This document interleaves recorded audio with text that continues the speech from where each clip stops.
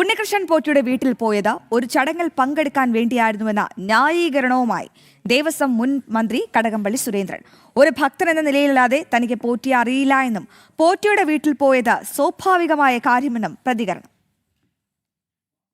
എന്നോട് ഇന്ന് ചോദിച്ചപ്പോൾ ഞാൻ പറഞ്ഞ മറുപടി അതാണ്. നിങ്ങൾ കാണാം, കടകംപള്ളി സുരേന്ദ്രനും പോറ്റി അത് സ്വാഭാവികമായിട്ടുള്ളൊരു കാര്യമാണ്. ഞാൻ പോയെന്ന് ഞാൻ സമ്മതിച്ച കാര്യമാണ്.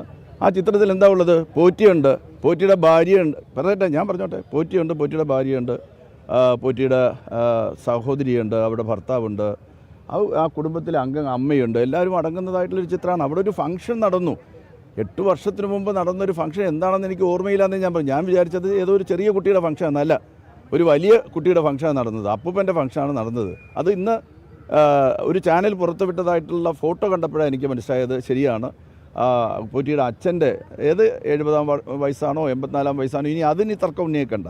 70 എന്ന് പറഞ്ഞു, 84 തർക്കം ഉന്നയിച്ച് കളയരുത് ദയവ് ചെയ്ത്. നവതിയാണോ എന്നൊന്നും എനിക്കറിയില്ല. ഏതായാലും ആ വീട്ടിലൊരു ഫംഗ്ഷൻ നടന്നു.